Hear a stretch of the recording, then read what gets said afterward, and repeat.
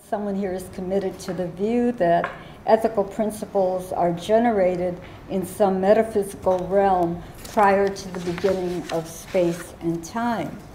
Alternatively, are there certain guiding human values, such as human flourishing or meeting people's basic needs, that emerge in any and all sustainable cultural contexts? And I think there are. I think there are things that every human being needs in order to survive and hopefully thrive if we had the right kind of world. But even if such ethical commonalities exist, their existence in no way guarantees their uniform interpretation, let alone actual implementation. So even if there are these commonalities, it's another thing to interpret them and apply them, and so on. For a theory of global bioethics to become the practice of global bioethics, we need to build into that theory two things: critical lenses clear enough to recognize unjust power relations that result in human domination and subordination, whether it's based on gender, race, class, ethnicity, disability, sexual orientation, or so on. And two, motivational force strong enough to get people to actually do that, to eliminate the unjust power structures. And I maintain that in most ethical theories, there's not nearly enough emphasis on motivation. How do you actually motivate people to do the right thing rather than just to know it? So like all feminist approaches to bioethics, if I'm going to be talking about a feminist bioethics, it has to be meet certain conditions. And the first of those conditions is it must provide a moral critique of actions, practices, systems, structures, and ideologies that perpetuate the oppression, damaging subordination of women and other groups that suffer comparable or even worse treatment. So once again, I'm referring to maybe sexual orientation or race or disability can result in a worse kind of oppression than gender. It depends on where you are and where you live and how people respond and so on. Secondly, it has to consider morally justifiable ways to resist the economic, social, and cultural causes of the oppression. Are you going to resort to violence, or are you going to try to do some other things short of violence? And three, imagine morally desirable alternatives to the present world, which to a greater extent, depending where we live, is still sexist, racist, classist, elitist, ageist, heterosexist, ethnocentric, and or colonialist. And you see the residual of colonies more, let's say, in Europe than elsewhere. We were only a colony of England, and that didn't last that long. And four, transform the present world into a future world in which today's oppressed people can thrive. And that's the most difficult of all. And as yesterday I mentioned, the countries that I feel are most oppressed are African countries, largely. I mean, certain ones are relatively okay. And we can ask ourselves why Africa remains the dark continent, and so on. Interestingly, most feminists in the Western world initially sought to achieve the goals of feminist bioethics or ethics. You can substitute ethics for bioethics whenever I say that, by stressing women's sameness to men. They thought that was the way to go. But the weaknesses of this approach rapidly became apparent. First, by insisting that women can measure up to men, feminists inadvertently conceded that men and men's traditional ways of being in the public world were somehow better than women's traditional ways of being in the world. So there was a concession, hey, women should be like men.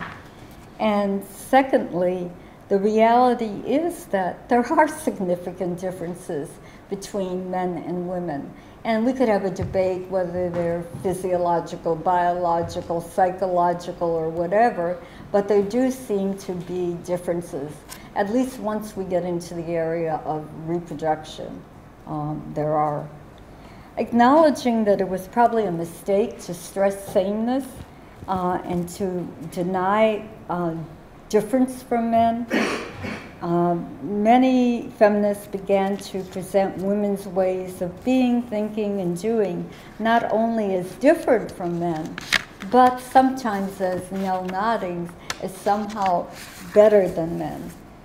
The male-female difference, however, in this approach was stressed so much that women's differences from each other weren't acknowledged. I mean, the whole, what could I say, focus was how do men and women differ?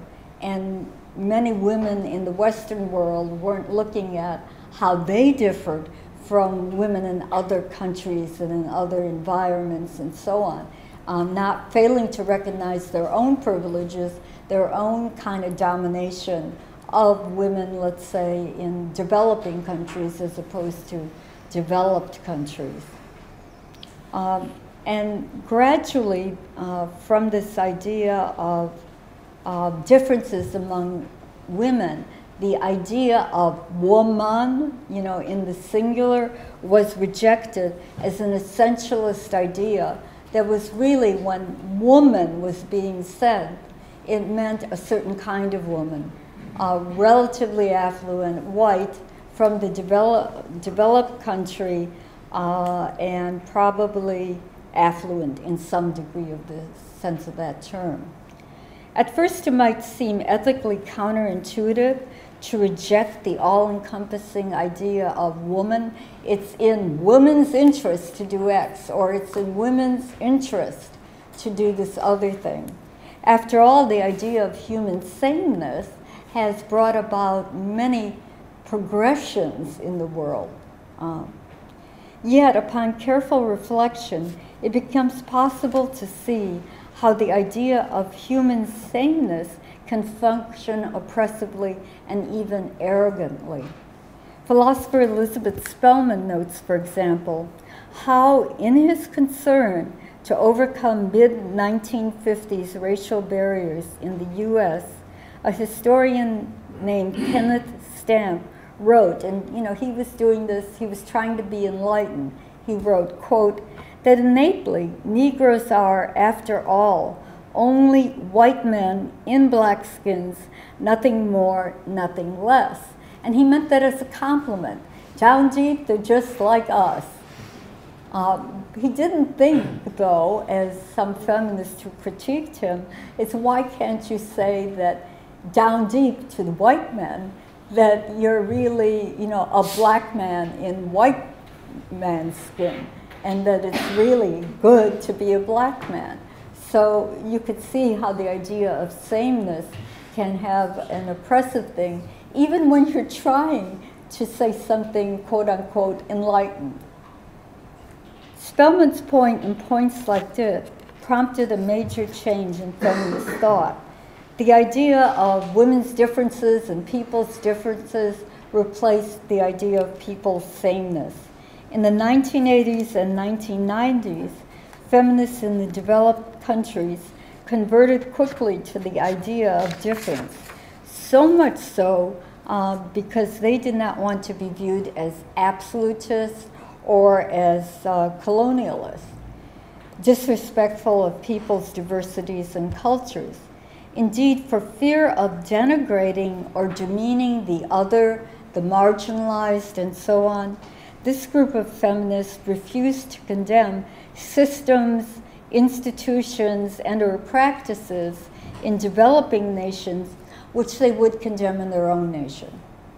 All right, so they went so far, they were going towards relativism at this point to say, well, maybe we can understand female genital mutilation or female cutting, as it's now called, in context, all right? But we certainly wouldn't allow it here. Right? And so some women in those developing contexts said something like, I don't want it either. You know what I mean? I'm a voice of resistance to that practice within my own culture. Please don't say that, you know, you can understand what I want. That's not what I want. It's what has accrued in this particular culture as a result of many, many years of relationships of gender and sexuality. So what was threatening about this emphasis on diversity, you know, we're all different, we all have different practices, women are very, very, very different, and so on. We were losing a basis for feminist action. Because if you can't say something like, women have certain rights, or women have, you know, certain goals, or something like that, you lose the basis of action, because there's no collectivity to make it flow. So how are they going to solve that? Because of everything claimed so far, it becomes clear that even in these postmodern times, it remains important not to reject the search for sameness in diversity or diversity in sameness. There must be a way to accommodate both of those bipolarities and to somehow mediate between them. This cautionary call was first answered by feminists who saw in human rights the kind of universality that they were looking for. And human rights, women's right talk, that type of phraseology actually did help women get certain things across the board. And it was a powerful language. But there are many ways to critique it. In the first way, usually rights language, at least how it's formulated in the Western world, stresses negative rights over positive rights. In other words, it's much more easy to respect your, oppression from governmental interference with liberty, thought, of action, than to supply you with the material conditions you need to thrive as a human person. I mean, yeah, I can respect your freedom. It doesn't cost me anything, you know. But am I willing to contribute dollars and programs and institutions to actually let you take advantage of that freedom? Freedom isn't very much to have if you don't have any context in which to apply it. And second, rights talk was criticized sometimes, this is by feminists also, because it sometimes weren't really universal rights. It was once again reverting back to the rights of, I should say, women's rights as understood by a certain group of women. And once in a while going back to privileged, white, developed nation, and so on. Anne Phillips points out that the high value placed, for example, on autonomy was one of those fixations of human rights, all right, autonomy, and so on, that was really a product of a preoccupation of Western cultures. Being autonomous, for example, in the USA, when I set those 4 principles of bioethics, autonomy, beneficence, non-maleficence, they throw in justice every once in a while just to look like good guys or whatever. Autonomy always wins out whenever the principles conflict, even though I sometimes think the result is awful because they didn't take account of these various other principles. She observes that many women do not value personal autonomy and mobility over the ties of family or community, nor do they want to be free from the constraints of tradition, nor do they want to be liberated from the obligations and limitations that go with belonging to a community. So if you're a member of a family, it's not that you want to say, you know, I want to be independent, I don't want anything to do with this family. Most people do, in some way or another, even if they're exerting their own idiosyncrasy and difference and all of that. Those kinds of ties and connections for many human beings, or should be for human beings, important. In the realm of Western bioethics, patient autonomy, and I mentioned this already, is so highly valued that most ethicists cannot understand why a patient might truly want her family to decide her course of treatment. You know, it's like, no, she has to, or he has to decide what's in his or her own best interest. Now, growing up in a tightly knit Czech community, that's how I grew up in the USA. My mother and father were from the former Czechoslovakia. I still have trouble not thinking of it that way, but that's what they were from. And I remember my grandmother asking my mother to decide if she should undergo chemotherapy for leukemia. I also remember my mother asking my father, you know, what to do. And I was even consulted about, you know, what was best for my grandmother and what I thought she would find most humane in, you know, her last year or so. And in fact, most of our decisions were made jointly. You know, they were made jointly, balancing out different kinds of needs in the family. We struggled, I think, in that Czech community to wear our foreignness, because we were foreign to the mainstream, indignity in the United States, kind of saying we're proud of who we are and how we relate to each other. So it was a conception of relational autonomy, that in a way, if you assert autonomy in an abstract way, you know, I'm going to chart the course of my own destiny, you're really a very lonely and separate person, all on your own.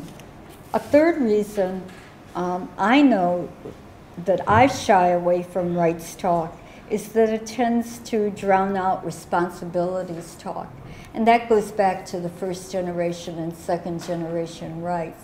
Because I might assert that I have a right to food, but if you don't recognize that right and give me food or whatever, then, you know, it's hollow. You know, you have the right, you have the right.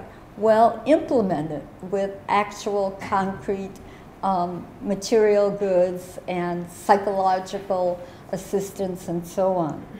Although talking about responsibilities rather than rights makes it more clear that the realization of individual rights is dependent on others' felt responsibilities, that if you have a right, I feel that I have a responsibility to meet it.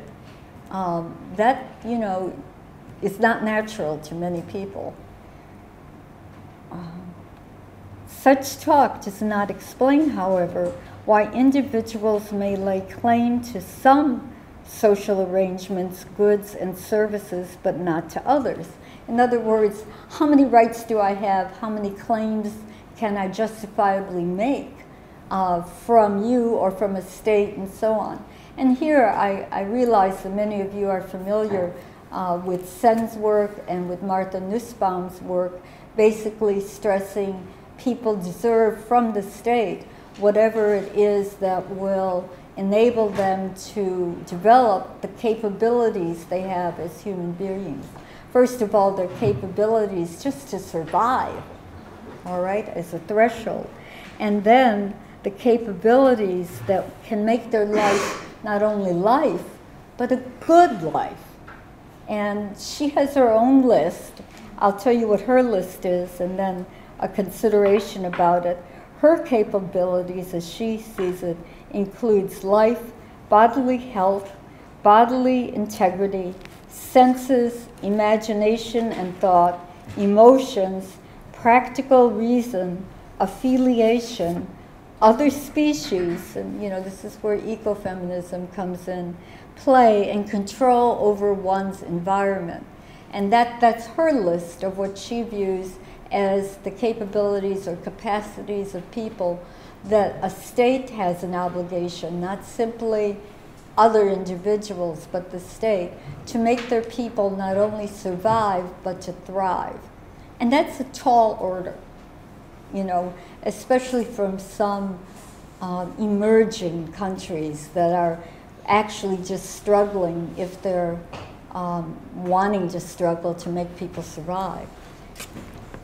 To this, some people, however, have said about Nussbaum's list that it's reflecting not the needs of all women, but once again, the needs or capacities or capabilities of one kind of woman. I mean, when she goes on about imagination and play, people go like, really? That's, you know, I have a right to play?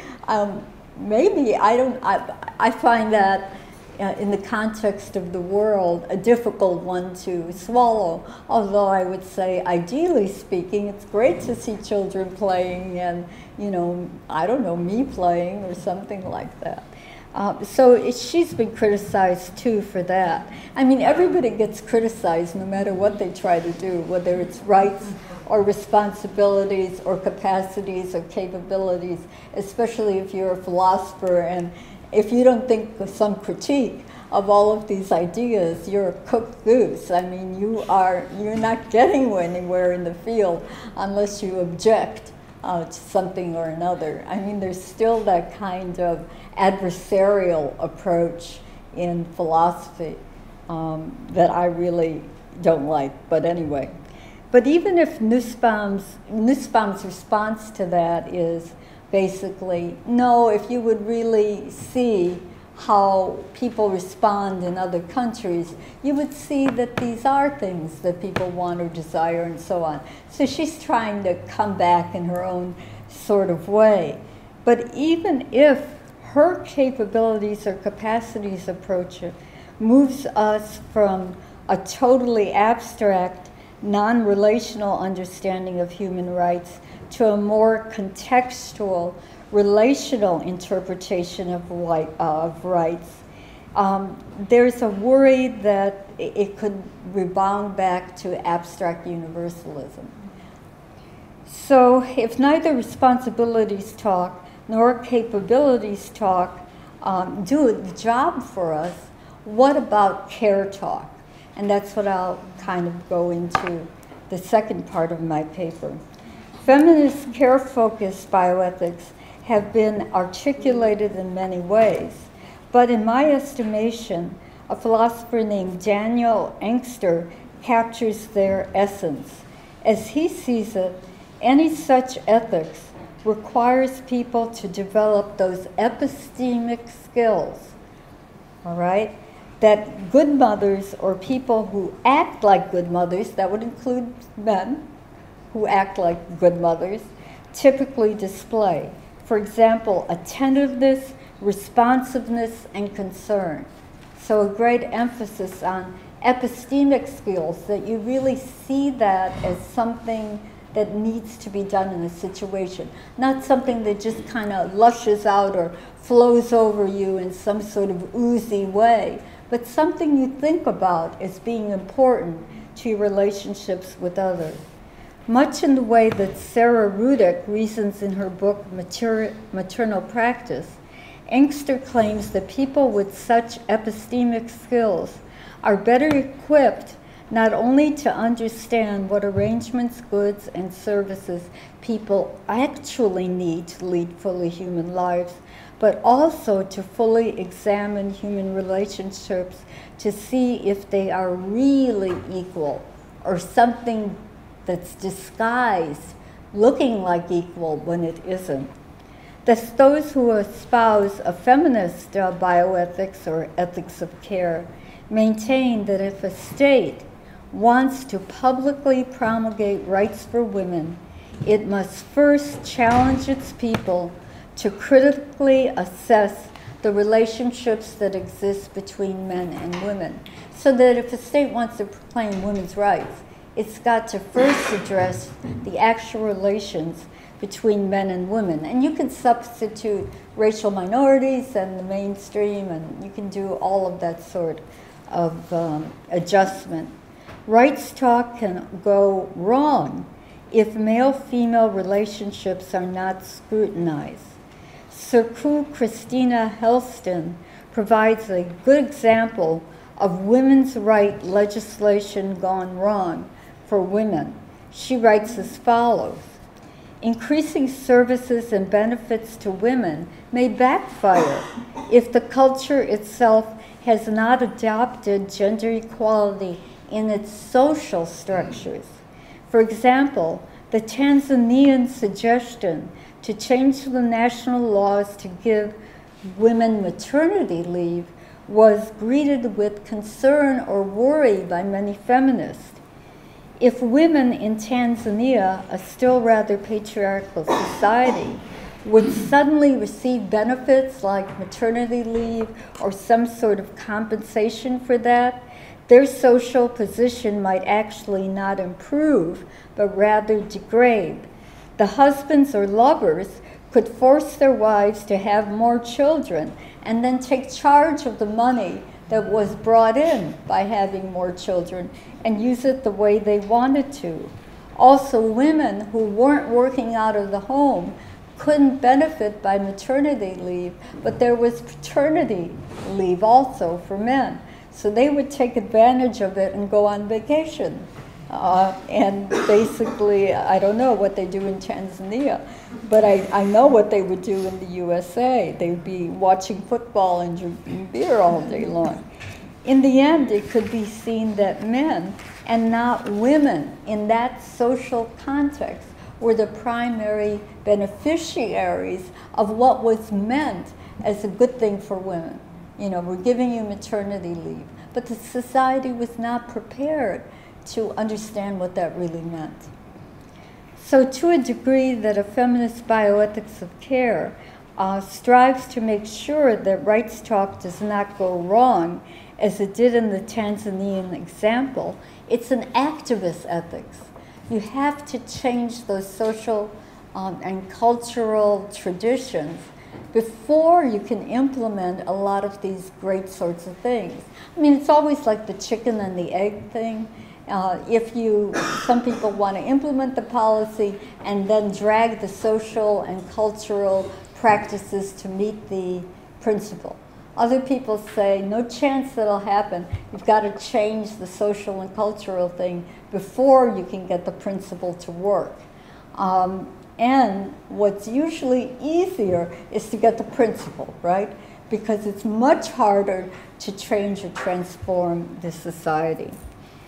So for instance, in her recent book, Ethics of Care, Virginia Held seeks a motivational trigger strong enough to get us to do the hard work necessary to create a just social order for each other. She claims that appeals to self-interest will not do, for if self-interest alone or primarily motivates our caring for each other, we will not actually be engaging in the practice of care. We will be pretending to engage in the practice of care. So for example, in the US, all right, there's currently all of our uninsured people, over 40 million uninsured totally. They don't have what's called Medicare or Medicaid. They have nothing. When they get sick or ill, their court of last resort is go emergency room at a hospital. The hospital is required by law to treat them if they are in an emergent situation. And many of them are because they haven't been taking care of themselves or attended to by a primary care physician. So all their troubles could have been headed off at the past or prevented had they had consistent care all along. They get that care in the emergency room and it costs like you can't believe. Like let's say, all right, I'll tell you, my son who recently had a heart attack, uninsured, I had asked, I said, Paul, let me insure you. He said, no, I'll get it myself. He didn't. He had the heart attack. He came home with one night stay in the hospital. They decided that they could treat it with prescription drugs that had been only mild, and it cost $20,000. You know, I mean, you can see, and that's not a bad bill, you know, in the U.S. But this is what happens if you're on, and so then people are supposed to pay that off an installment plan or something. People who reason, but what then some people say is, okay, it's in our best interest to have universal health care coverage because then those people won't go to the emergency room, jack up the prices of, you know, health care. We can spread it out and distribute it, and we, the arrogant we, won't have to pay for them. All right, but it's motivated by that kind of thinking. Not that you care about the person who's, you know, dying there in your emergency room. What you really care about is you're not going to have to pay for it, you know, out of extra tax dollars. That's, you know, the U.S.'s problem. Everybody wants everything and nobody wants to pay for it. Maybe it's a problem everywhere, I don't know, but in the U.S. it's a real problem. But if self-interest is not a proper motive for the practice of care, what about a sense of duty? And many people look to Immanuel Kant to see if in his imperfect duty of beneficence that you could generate something like a ethics of care. But really you can't, because in general Kant, although, you know, he was said to have an emotional side and all of that, you cannot find, you know, anything less than a categorical imperative type of approach to care. You know, so, you know, we used to jokingly say, I have a duty to my wife to, you know, have relations, and you know what kind, with her. It is my duty. Darling, it is now duty time. You know, I mean, no. Would you want it? I wouldn't. But you can understand what's going on there. So as Held sees it, emotions aren't something you add on, like icing or powdered sugar on a cake. They're constitutive of a good moral act. Emotions aren't something nice. They're like the bread and butter, especially bread, as I've learned in Serbia. But fortunately, I love bread. They are part of what makes a relationship good in a particular situation. Held notes, for example, that going through the motions of a caring, active, dutifully, for instance, feeding an infant, but without any of the appropriate feelings, is not actually to be engaged in the practice of care.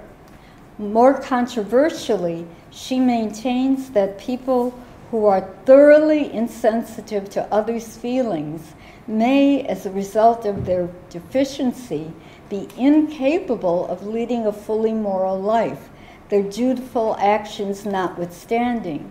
She wonders if it is at all possible for a person, quote, who has grown up and continued into adulthood with a gross lack of sensitivity to the feelings of others, unquote, to truly care. I mean, that's very controversial stuff to be saying, that unless you're able to muster up caring feelings for other people, you can't view yourself as entirely moral. So you see that's a heavy demand, because many people believe that as long as they do their duty, they're fine. And what she's demanding is that's not enough. You have to do it with the appropriate feelings. You can see why this is feminist in the sense that to the degree that women have been culturally associated or linked to values such as care and concern and all of this type of thing, and emotions, whereas men have been culturally associated with rationality and, you know, justice and all of that, why this would be controversial. Because she's saying, she's rehabilitating once again values and virtues that are culturally associated, for the most part, in different sorts of ways in women. And it differs in cultures. There are some cultures that are really caring, and it doesn't matter about gender. And I've been in some of those. Held goes on to argue that an ethics of care is just as important and applicable in the public world as the private world. She asks an important question, namely, how can we get ourselves to recognize our interdependency, regional, national, and global, so that we can redesign the economic, political, social, and cultural structures that currently make the practice of care and the establishment of a just order, of a just social order so difficult for us. In other words, she's saying, what do we have to do to enable us to care? I mean, there are so many things in society that make it difficult for us to care, whether it's an emphasis on efficiency, whether it's because market values leach over or invade, our other sorts of values. Our worlds, especially our bureaucratic worlds, I would say, I come to hate bureaucracy, basically make it very, very difficult to care. So once again, since this is bioethics or medical ethics, in the medical world in the USA, doctors are encouraged to only see each patient for at most 6 minutes. And why are they doing that? To generate more money for their practice. So the more people you can push through your clinic, the more money you make. Now, once you do that, is there any time to talk? Is there any time to learn about that patient? No. What you're basically saying is, you've got that, I'll fix it, get out of here. Here's your pill, you go home. Oh, you need surgery, come back in 2 weeks. End of story. Health's belief that the drive for profit, power, and prestige makes it hard for people to care about each other and therefore to create a just social order for each other is shared by Fiona Robinson.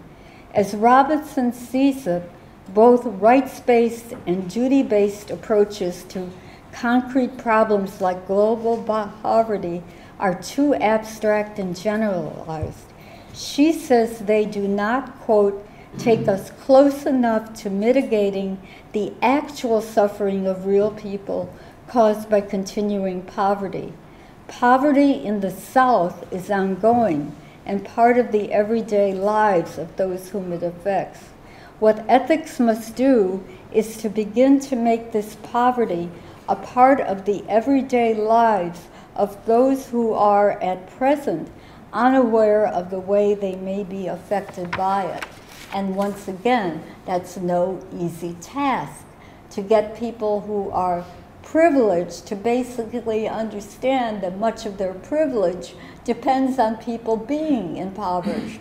I mean, when we think about it that way, I can't help but feeling bad about myself, and so on. But to get that kind of mindset conversion is very, very difficult because people like to think well of themselves, So if you give to a charity cause, you've done your thing for the day or for the year, and now you go back to work, power, prestige, status, climbing the ladder, and so on. Robinson concludes that those who would prefer to cling to the familiar language of rights and duties, justice and reciprocity, and the apparent certainty offered to us by the kind of ethics which tells us what to do and gives us universal standards by which to judge the justice or injustice of all forms of human activity. If you have that type of conception of morality or of ethics, you want absolute rules that you can apply automatically in each situation, then you're going to dismiss care ethics. You're going to dismiss it as, quote, this is from Robinson, sentimental, nepotistic, relativistic, paternalistic, and even dangerous. That's usually the response to anything that feminists have cooked up. It's dangerous, just at least that, if not more. But the fact that people may criticize an ethics of care is not a reason to abandon it, but it's a reason to make it work in the public world as well as the private world. So rather than taking that as being defeated, to take it as a point of rallying and doing something about it. Perhaps the best way to conclude this paper is by offering an example of how a feminist bioethics of care is more able than a rights-based or duty-based ethics to achieve gender justice in a particular instance. And I'm going to talk about gender justice as opposed to all the other kinds of injustice that we know exists. As the world's population ages and the need for long-term elder care grows, and we know that, that's the demographics of the world, in developing countries as well as developed. New arrangements will need to be made between the government, the individual, and the family, if one exists. You know, if you're lucky enough to have a family, just think about HIV/AIDS, once again in Africa, and how family, you know, your mother's dead, your father's dead, maybe your grandmother's taking care of you, maybe she's dead, maybe you're a child on your own. I mean, the average age in African countries, at least in sub-Saharan Africa, are very, very young. When you have all these young kids, no one taking care of them, you can see what kind of social problems that's going to lead to.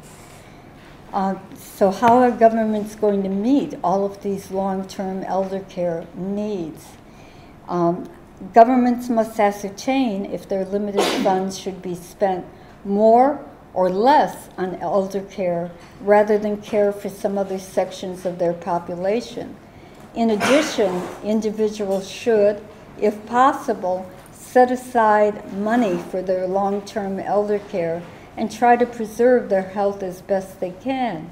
But even if more people reach old age funded, you know, that they have money in the bank, there will still be millions and millions, indeed billions of people who greet old age, if they're lucky enough to get there, with empty wallets.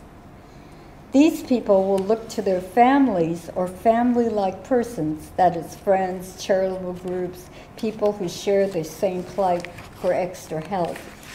As I see it, there are several ways, some bad, others good, to rethink family caregiving responsibilities to elderly family members. This is going to be a growing problem.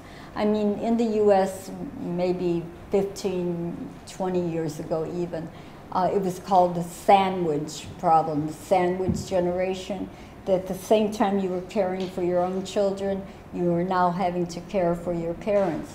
So if you weren't caring for one, you were caring for the other, and therefore women were tending to drop out of the marketplace. Now that's only going to get worse if people live not into their 70s, but their 80s or 90s, and all the time on TV you see people 100 years old eating their birthday cake. I go, oh boy, you know, how's that going to work? And so on. A recent article on long-term elder care in Japan, where you think, you know, they really do a good job at this thing, well, you'll be surprised, noted that the more the Japanese people adopt market values, the more burdensome and undesirable they view family caregiving. Beginning in 1963, various versions of the Japanese National Survey on Family Planning asked the question, what is your opinion about children caring for their elderly parents? Surveyed individuals could choose one of these four answers: good custom, natural duty, unavoidable, and not a good custom. Between 1963 and 2000, the number of married Japanese women of reproductive age who answered either good custom or natural duty fell from 80% to 47%. During approximately the same period of time, expectations of old age support for one's own children declined from 65% to 13%. So elderly people were they were worried, you know, that, hey, you know, the family doesn't hover around the elderly anymore. So many of us do have the kind of cultural belief that Asian countries have this problem solved totally. Point of fact, once you begin studying them, they don't, and it's really gets crazy. And the article that I was just quoting from concludes this way. Both theory and evidence suggest that the Japanese government's efforts to shift some of the responsibility for caring for the elderly from the Social Security system back to families will not be very successful. Rapid population aging, declines in co-residence, increases in women's education and full-time paid employment, increases in the ratio of impaired elderly to available caregivers, and weakening values of filial piety all point to a continuing decline in the ability and willingness of the Japanese family to provide care for the elderly. So the rebellion was first kind of started by Japanese daughter-in-laws. Remember, typically in China and Japan, although the son has the filial duty and you want to have boy babies no matter what, in point of fact, it was the daughter-in-laws who were burdened with caring for their husbands, her husband's parents, and sometimes her own. The article's conclusion may not be accurate. Maybe there is more willingness than their doomsday prediction is. But see, the government, I don't know how your government is right now, but certainly in the USA, the idea is now the people don't want to be taxed, right? So there's a big movement for individual responsibility in healthcare. That everybody's supposed to save enough money to take care of themselves because they're not going to be counting on their family because they're so scattered. And so therefore, that would be individual because the state can't afford it. We're spending close to 18% of our gross national product on healthcare. Really, you know, pretty soon it'll consume 30%. You can't do that forever. There'd be no transportation, no education, you get the idea. But people really can't do that, not with the cost of healthcare the way it is. Can't save enough for that. I figure that on my professor's salary, my retirement, I could exhaust it in 2 years if I had to be in a nursing home. And then I'd be on what they call Medicaid, which is not good. It's bad. So even if, you know, some people can do this, a whole lot of people can't. And as bad as it is for women to do too much care work to their own disadvantage, it's even worse if no one at all wants to do care work. Held comments, care, quote, care is probably the most deeply fundamental value. There can be care without justice. There has historically been little justice in the family. Think about your own family. But care and life have gone on without it. There can be no justice without care, however, for without care, no child would survive, and there would be no persons to respect. So you wouldn't even have a reason to worry about being just, because there'd be really no one or such unsocialized people to worry about justice.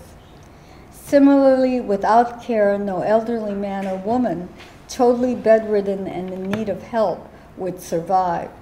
So what is a better way than neglect or abandonment to meet the long-term elder care needs of elderly people?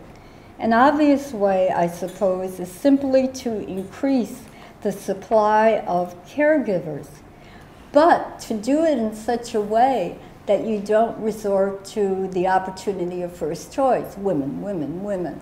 Drag them, you know, back home and out of the marketplace so they can do care work. Or let them try to do both and get exhausted and, you know, have not a minute to think because they're collapsing at the end of the day. And I'm sure many of you are either in that situation or know about that situation. So what do? I think the challenge of global aging presents a unique opportunity to weaken the two main norms that uphold the world's gender system, namely the ideal worker norm theorized by Joan Williams and the ideal care worker norm alternately celebrated and criticized by feminist care ethicists. Getting rid of the ideal worker norm is no easy matter, however.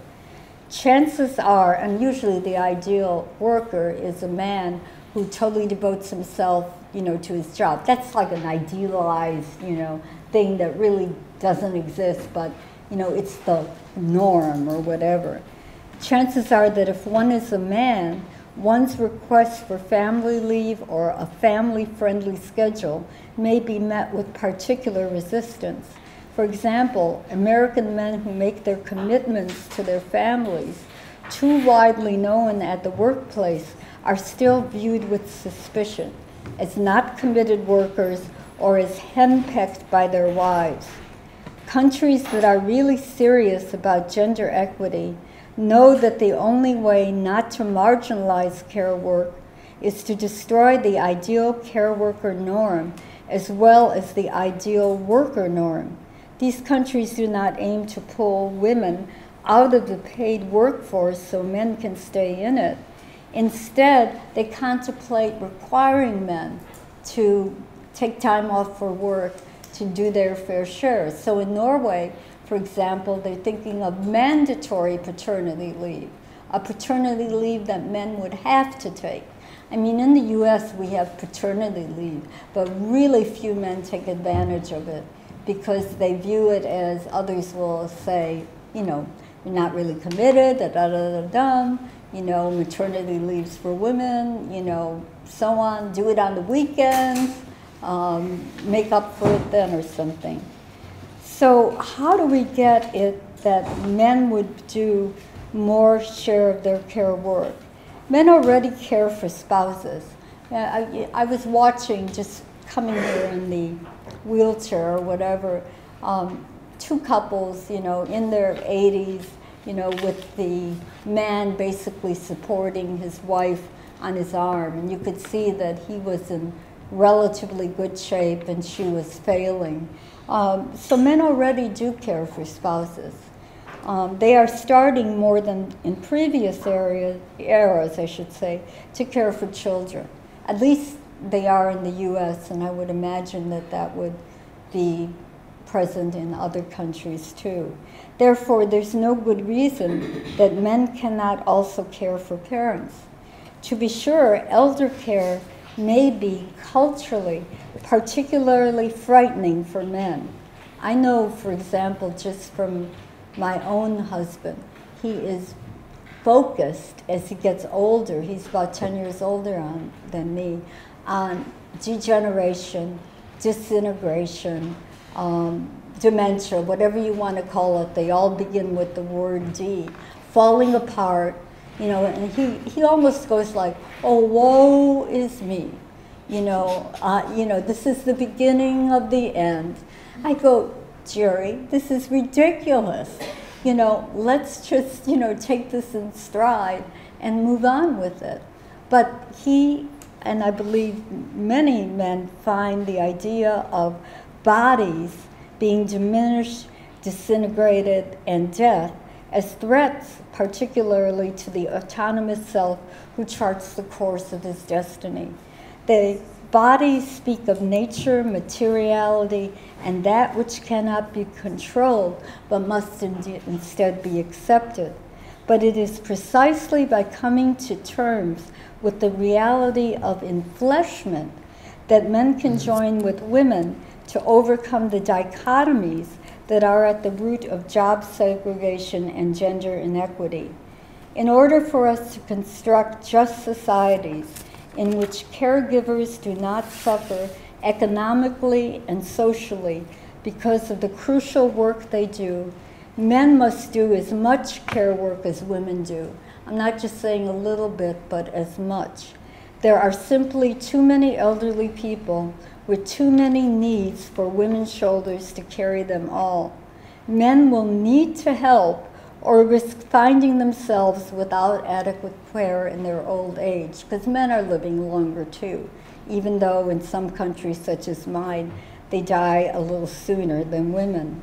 Only in countries where everyone realizes that they exist in a set of interrelationships that are both nested, like a bird's nest, and supported by the state, is there any real hope of decreasing each other's vulnerability? I fear that when we may find ourselves alone in our greatest hour of need. Without care, justice will not occur, and without a felt recognition of human need, care will not come alive. Thus, a feminist bioethics or a feminist ethics of care begins with the recognition that we are all vulnerable, that each one of our lives is precarious, and that the only way to globalize any ethics or bioethics is to look each other in the eyes and see ourselves.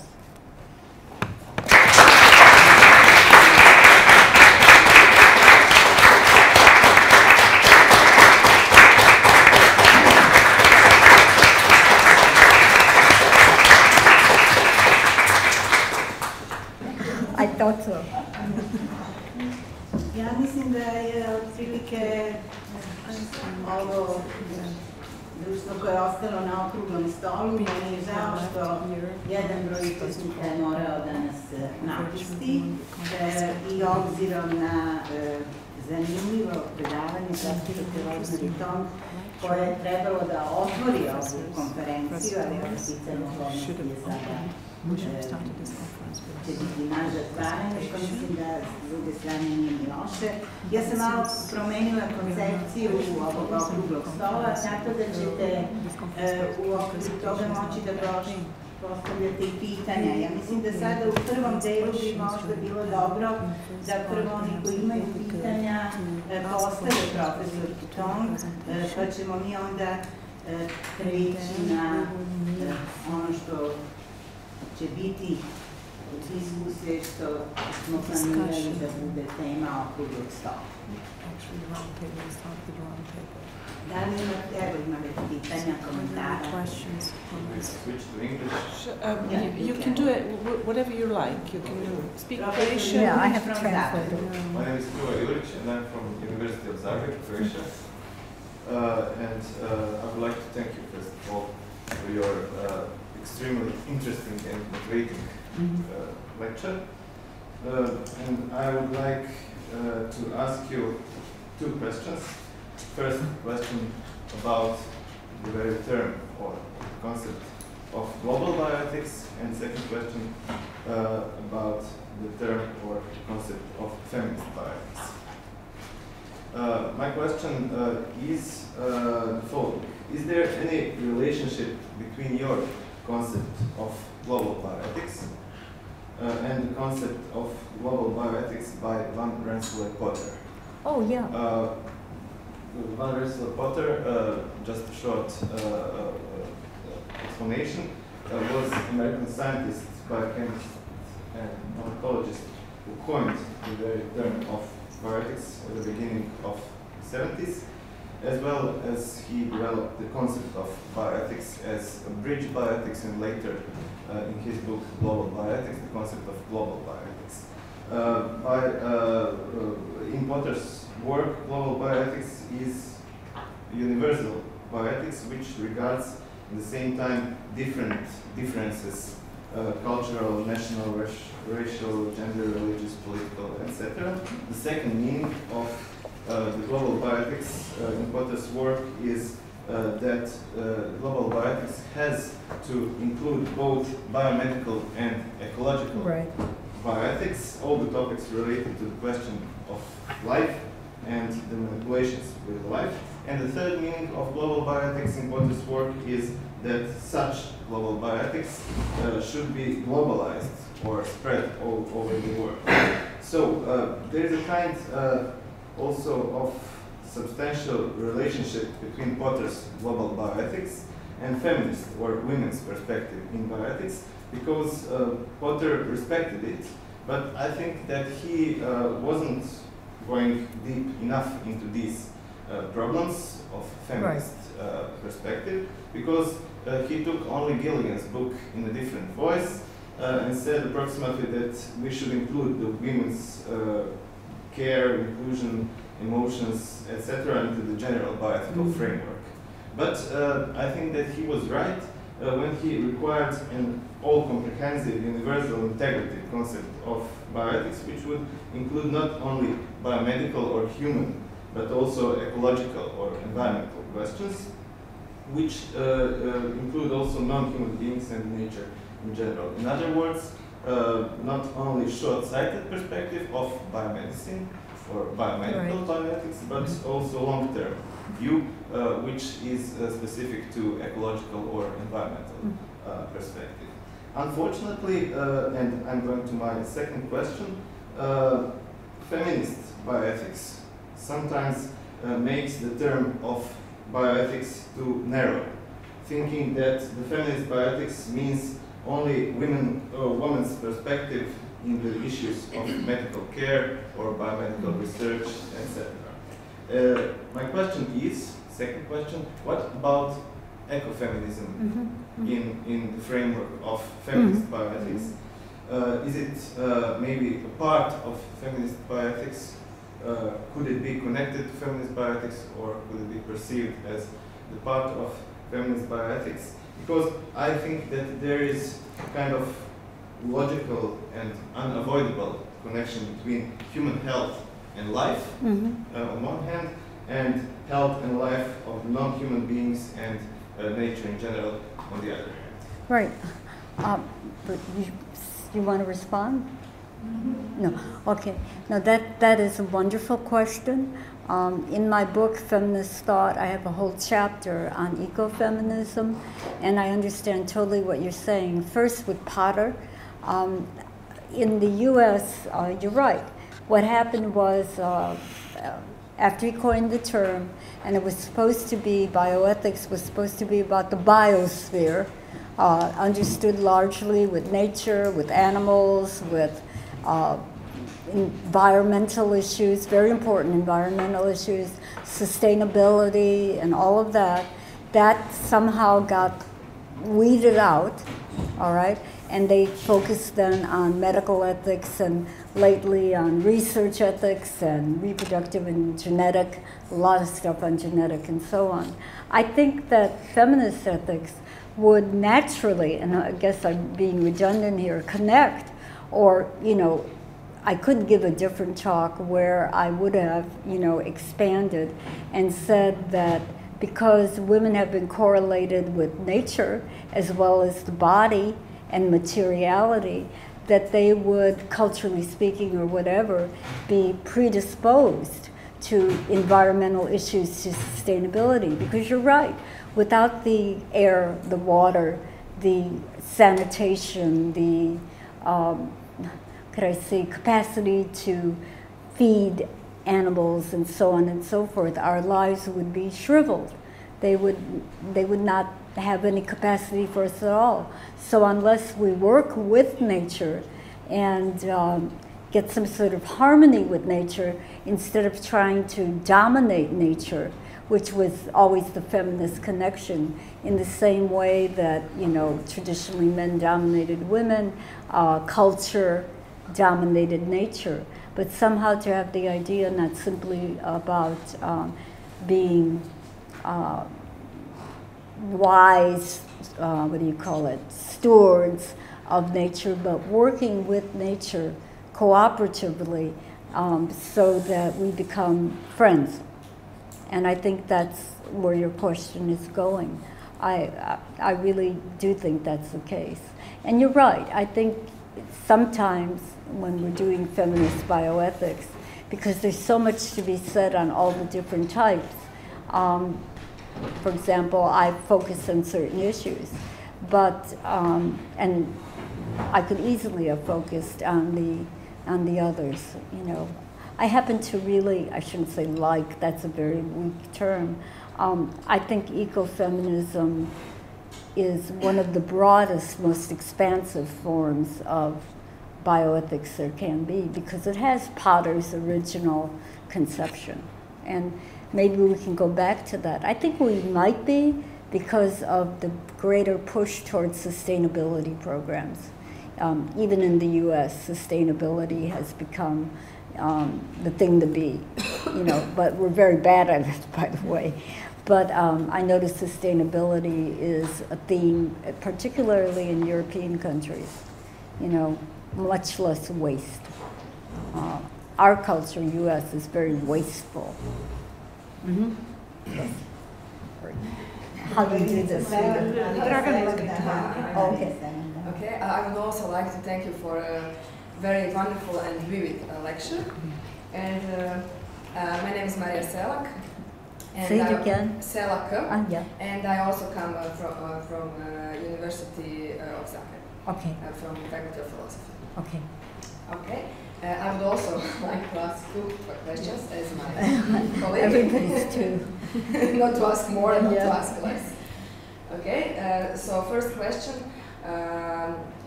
would refer to the first part of your lecture, where you said that in this kind of trying to overcome the division between particularism and universalism, and trying to find any principle that is independent of a cultural context.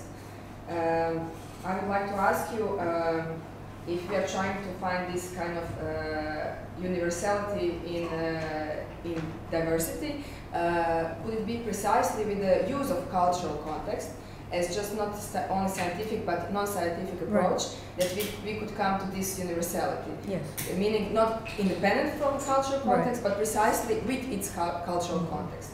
That is my first question. And my second question is more connected to the second part of your lecture, and with the ethics of care. And you were discussing how to enable us to care. And in this part you discussed some kind of terms like responsibility, etc. And I would like to ask you what is with the other person, not in subject-object relation, but in subject-subject relation, meaning precisely with the one that we are taking care of. And if in these terms we are discussing our responsibility towards the one that we are taking care of, this one that needs to accept our care, could we discuss in these terms, especially when we are discussing autonomy on one hand and kind of paternalism on the other, maybe the notion of trust, which I believe is very neglected, as the notion that is opening the one that needs to be taken care of towards the one that is taking care of him. Very good. These questions are all very good. Let's go back to the first one, which was what concept was that I was looking for. I think it's once again back to the idea of basic human needs, that's the recognition of need that is fundamental in ethics, and that's something we all share. We need certain things in order to be able to function, like we need a good environment, or and so on. With respect to your second question about whether we're doing things from the perspective of the caregiver or the care receiver, I happen to totally agree with you that trust is fundamental. Recently I gave a lecture on a book that's been published maybe 2 years ago in the US called The Immortal Life of Henrietta Lacks. And it's about a black woman back in the 1930s, 1940s, whose, actually 1940s and 50s, I should say, whose cells were used to grow this line of tissue that then became part of discovery of polio, how to treat that, of certain types of cancer, and so on. And no one in her family knew that, no one was informed of it, and so on. but it kind of compounded the Tuskegee syphilis experiment in the US, which had been a study of the natural course of syphilis in a group of African American men. And even after there was a cure for syphilis, namely penicillin, they didn't give the men the penicillin because they wanted to see the natural course, and it would ruin the experiment. So that was horrific. But it led to a fundamental mistrust that is still there among African Americans in particular towards the healthcare system. And so that if you don't have trust in a relationship, you can't get it off the ground. And especially in the intimate relationship, like caregiving and care receiving. Because if I can't trust you, how can I let you care for me? In other words, I have to trust the people here who are helping me, and I have to trust that they care enough about me before I give myself over to them. And the caregiver also has to be able to trust the care receiver, that they'll basically accept the care and not give resistance to the care. And that demands a whole lot of trust on both people's part. It's a very good question. I think trust is a neglected virtue. And you know, there are many virtues that are neglected in the Western tradition. You know, a lot on courage, a lot on justice. I think trust and hope, you know, are neglected. Thank you. Yes, Just one question, this really short one. How can we apply the principles of ethical care, and how can we, in some way, develop strategies not for ethical care to be seen as something that is not enough important, it is too abstract a problem, and that is not enough practical. It sounds so abstract to others, especially logic of dominance and male theories. Okay, I understand. That's the most difficult. What can we do in our theories, in our disciplines, in all fields of thought, practically affecting towards the world? Right. I think that the hardest part for an ethics of care is moving it out of the private realm into the public realm, and to be able to see why care is more fundamental than justice. So what do? You have to have programs and policies that are attentive to what people actually need. Now, if you imported an ethics of care, you know, once again, you'd be addressing a problem like, let's say, structure in the workplace.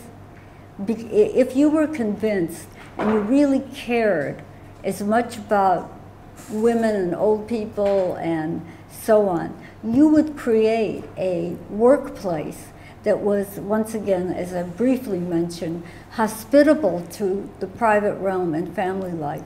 Because if you set up a workplace that is in conflict with that, you are making it impossible, or not impossible, but very, very difficult to care. So the idea would be is for people who focus on ethics or that, to work with policymakers. That's why I wrote a book on ethics of public policy, to basically see what's wrong with their structures. Because sometimes it's a matter of blindness, or worse, it's a matter of just wanting to squeeze every ounce of strength out of people without taking account of they're not going to really be as good as workers they would be if they felt that you cared enough about their life. In the US, I've gotten to know a woman who has a construction company, and she has created policies and structures that let her workers, both men and women, do all of these kinds of things, take care of the parents, take care of this. She says her bottom line could be higher if she didn't do that. You know, she could make more money. But she says what she gets in terms of loyalty, of trust, of goodwill, of people ready to pitch in overtime is incredible. And so she felt that by creating the structures, you know, she did it. And the reason is she really is truly motivated by, well, if I don't have this structure, you know, Joe's going to go home and this and that's going to happen. That's when you care for people. You know, you have to put faces on it. You can't just use statistics. Možda još Yes. vrlo kratko da pitanje da ne I razumemo. would like to, equally, I'm very grateful to be invited to come. And one thing which... And your name is, please? Sonja Prodanović. Yes, I should have remembered. I'm an architect and urban planner, and I have been interested in involved in eco-feminist movement. Yes. One thing which very impressed me very much here, as it is very relevant to our local situation now, is this biomedical ethics, because we are now here in a rather breaking point of the whole social system. Yeah. This question of care and trust Mm-hmm. and justice is so much relevant in transitional chaos. One thing which for me would be very interesting is the role of technology in this mediation. For example, in reproductive rights, what is the relation to the technology in innovation to genetic modified organism? And I think here we are not at all aware of the bias of the technology, which really sort of cuts into straight ethical and sustainable development issues. Right. So, Right. Let's see. In the U.S. as compared to Europe, there's probably a more attitude that genetic engineering of crops and of food go ahead. I find in Europe there's more critical stance on that, whether that's the way to go, because of the way the seeding goes and so on and so forth, that it can ruin kind of livelihoods of people who are dependent on sort of natural crops, and that it sort of squeezes out those who can actually make a living on that type of farming or that type of harvesting. So that in a more caregiving world, maybe we would hold back a bit on that kind of application. Because once again, technology is a good tool, but it depends on the purposes we use the tool for. And whether, you know, I personally also think that much of the genetically enhanced food is actually awful. Like genetically enhanced tomatoes that look beautiful, but they don't taste like tomatoes. And, you know, all of that type of thing. So what are you getting? You're getting tomatoes that are easy to export, you know, because they come looking good, but they don't deliver on the promise. And that's sort of emblematic or a symbol to me of, you know, maybe we should take a step back.